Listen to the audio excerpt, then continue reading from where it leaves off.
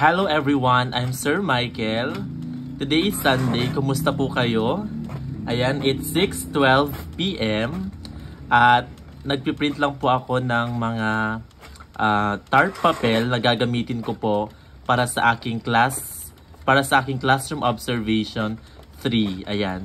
Ang topic ko po ay mga katangian ng isang mabuting pinuno. Araling panlipunan po yun. Ayan, week 7. Ayan, so busy ako mag-print kaninang umaga.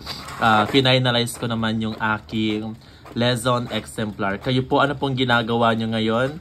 Alam ko yung iba po sa inyo ay nakaharap sa kanya-kanya nilang laptop, sa kanya-kanya nilang computer. Ayan, tomorrow is Monday. Ayan, panibagong week na naman.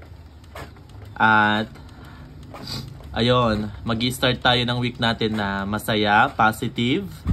Ayan, iwas tayo sa stress. Okay? So, sa mga nagtatanong po ng aking mga reading materials, you can visit my YouTube channel, Teacher Michael TV.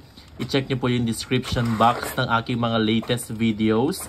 At doon nyo po makikita yung dalawang link kung saan nyo po madadownload yung mga reading materials. Okay, naka-organize na po yon kung tar papel, kung flashcards, ganoon po kung manipulatives. Ayan. At salamat din po sa lahat ng aking mga followers dito sa aking Facebook page, Sir Michael. 144k followers na po tayo. Palaki na po ng palaki ang ating family. Ayan, maraming salamat po everyone.